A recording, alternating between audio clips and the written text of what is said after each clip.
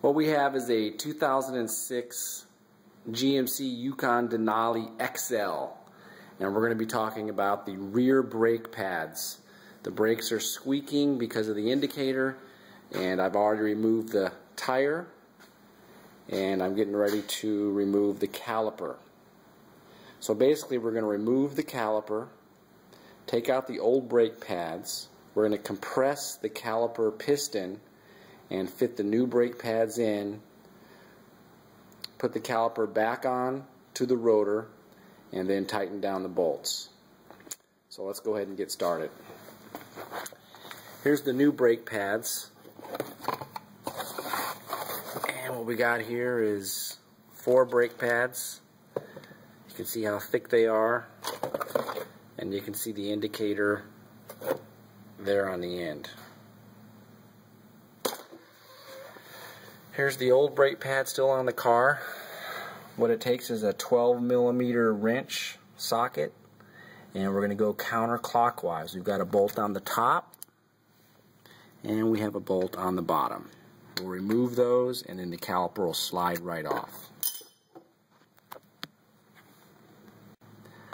This top bolt on the caliper also has kind of a nut here at the back that you may have to hold with a wrench or a crescent wrench. Otherwise it'll turn.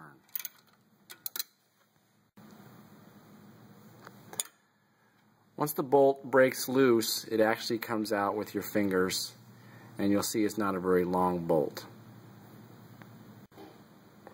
With the bolts out, the caliper will slide off, and you can see the 2 pistons there that you'll have to compress in order to get the new brake pads inserted.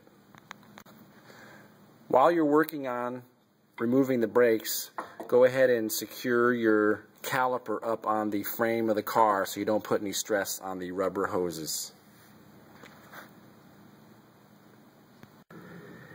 In order for the caliper to fit back onto the rotor, we've got to compress these 2 pistons, and you can either do that with a C-clamp, or you can buy a tool that will compress them for you. I'll show you what the tool looks like. This is just a simple tool that you use to compress the pistons, and I'll actually use the old brake pad as a surface to press against. Here's the compression tool, and I'm just going to turn it clockwise, slowly pushing in the 2 pistons until they're flush with the caliper. Again, this will allow me to fit the caliper onto the rotor with the new brakes. Your new brake pad should come with new clips that fit into the caliper, and you'll want to remove the old clips and insert the new clips. They just snap into the place on both the bottom and up on the top. Once those are in place, you'll get the brake pad and you'll fit it into place.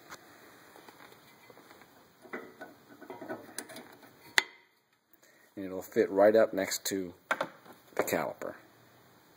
There's the new brake pad. One goes on each side.